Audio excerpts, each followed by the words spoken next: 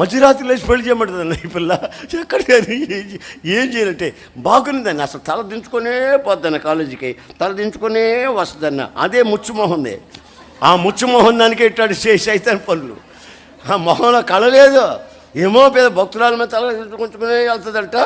రాత్రి అయ్యేసరికి ఇదిగో పట్టింది సైతాన్. అంటే యేసు రక్తపు ఆ ఒప్పుకోలు లేదు. యేసు రక్తపు ఒప్పుకోలు లేదు. ఎవరు మాట్లాడినా ఆడు మాట్లాడినట్టే. ఏ విధమైనా ఆ తిడిలో అడగనమట్టం. అర్థమైందండి.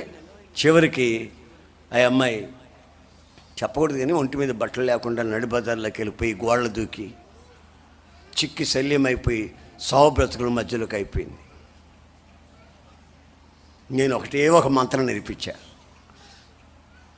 అయ్యా గట్టిగా పోయి అర్థం చేయ్యా, నూనె పోయి అయ్యా, నోట్లో పోయి అయ్యా, ముక్కులో పోయా. అవన్నీ కుదరదు, ముక్కులో పోయి నేను కుదరవు. నేను చెప్తాను, పని చేయి మాయ్, నేను చెప్పినట్టు చెయ్యి. చెప్పాలయ్యా చేస్తాను. యేసు రక్తం అనుకో అన్నా. అట్లా అనుకుంటాను. యేసు రక్తం అని 3 రోజులు అనిందా, 3 ఇడ్లీలు తినింది.